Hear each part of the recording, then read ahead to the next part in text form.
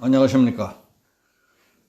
가뭄과 홍수를 막아주던 4대강 보 가운데 우선 5곳을 허물거나 못쓰게 만들기로 결정했다는 소식입니다.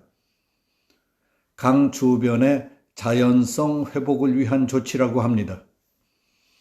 대통령 직속 국가물관리위원회는 4대강 가운데 금강과 영산강의 보 5곳을 해체하거나 보문을 항상 열어놓기로 결정했습니다. 물을 가두어 수질이 악화되고 주변의 생태계가 파괴된다며 환경단체들이 들고 나오자 2017년 5월 문 대통령이 취임 즉시 지시한 뒤에 거의 4년 만에 최종 확정됐습니다. 하지만 보를 언제까지 허물겠다는 시기를 명시하지 않은 데다가 한강과 낙동강에 설치된 보의 경우는 아직까지 해체 여부도 결정하지 못했기 때문에 정부가 국정과제로 잡고 있는 소위 4대강 자연성 회복은 어려울 것으로 보입니다. 국가물관리위원회는 18일 정세균 국무총리 주재로 회의를 열고 금강, 영산강 보 처리 방안을 심의 의결했습니다. 세종보와 죽산보는 해체하고 공주보는 부분 해체, 백제보, 승천보는 항상 개방한다는 겁니다. 물관리위원회는 금강, 영산강 보처리 방안을 심의 의결하면서 2017년 6월부터 작년 11월까지 두 강의 보 5곳을 개방 관찰한 결과를 제시했습니다. 세종보와 공주보의 상하류 구간에서 멸종 위기종인 흰목 물대새 등 야생생물이 관측돼 자연성이 회복됐다는 점을 보 해체의 주요 근거로 들었습니다. 보 수문을 연 결과 2019년과 20년 여름철 녹조 현상이 크게 줄었다고도 했습니다. 그러나 생화학적 산소 요구량 BOD 등 주요 수질 지표가 얼마나 개선됐는지는 정부 보도자료에 들어있지 않았습니다. 그러니까 정작 중요한 직접적인 수질 개선 효과는 제시하지 않았던 겁니다. 박석순 이화여대 환경공학과 교수는 보 수문을 연 2018년에는 녹조 현상이 오히려 더 심했다며 2019년, 20년 녹조가 개선된 것은 수문 개방 때문이 아니라 당시 여름철에 비가 많이 왔고 기온 저하 등의 영향에 따른 것이라고 했습니다. 보 개방만으로 녹조를 개선했다는 정부 해석은 잘못이라는 것입니다. 보 해체 및 상시 개방 결정은 금강, 영산강 5개 보의 기능을 완전히 무력화하겠다는 것입니다. 이명박 정부는 4대강 사업을 하면서 강바닥을 준설하고 10m 높이의 보를 세웠습니다. 홍수에 대비하고 보에 물을 가득 담아서 가뭄 때 쓰겠다는 취지였습니다. 세종배와 죽산보 건설에는 각각 1287억 원, 1540억 원의 세금이 들었습니다. 부분 해체 결정을 한 공주보는 2136억 원의 건설비가 투입됐습니다.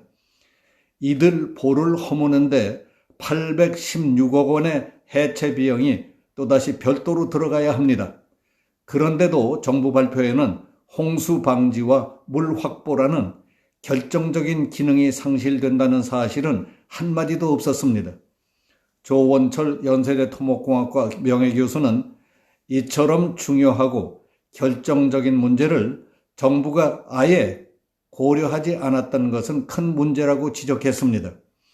이명박 정부 때 4대강 사업본부장을 맡았던 신명필 인하대 명예교수는 4대강보는 그동안 홍수와 가뭄 예방, 수질 개선 등 여러 가지 효과가 입증됐다면서 국가 기반 시설을 이렇게 졸속으로 해체 결정하는 것은 있을 수 없는 일이라고 했습니다. 실제로 공주보의 경우 현 정권에서 정부 주도로 실시한 여론조사 결과 보가 꼭 필요하다는 의견이 51%로 필요 없다는 29%를 크게 앞섰습니다. 세종보, 백제보 등 금강 인근 주민들도 보를 해체하면 지하수 수위가 낮아져 농업용수 공급에 어려움을 겪는다는 등으로 보해체를 강력히 반대해왔습니다.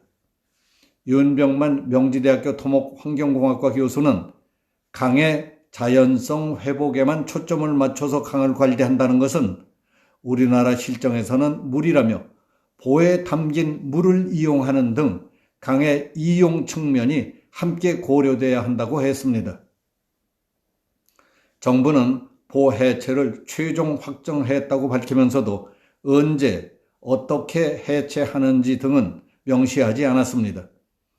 환경부는 이와 관련해서 앞으로 지역 주민과 지방자치단체, 시민단체 등이 포함된 협의체에서 해체 시기를 결정할 것이라고 했습니다.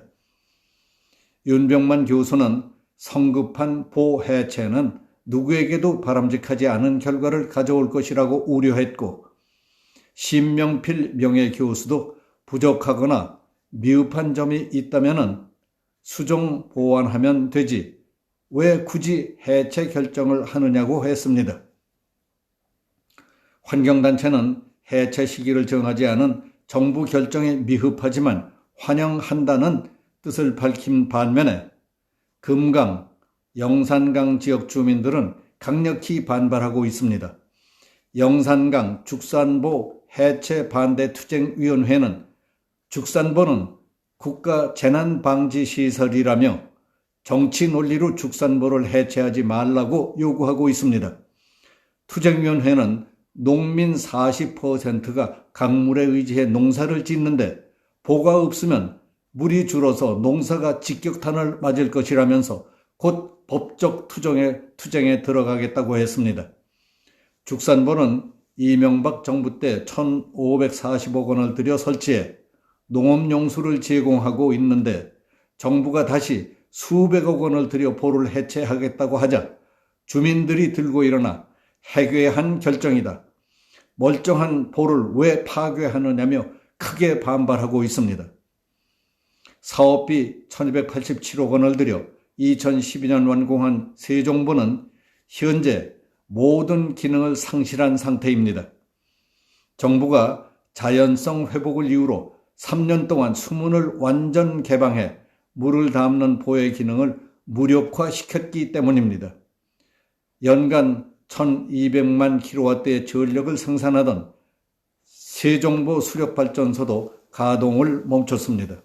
세종시는 세종보 기능이 상실되자 1억 5천만 원을 들여서 세종보 상류에 돌을 쌓아 물막이용 보를 만들어 인공호수의 수위를 유지해가면서 용수를 확보하고 있습니다.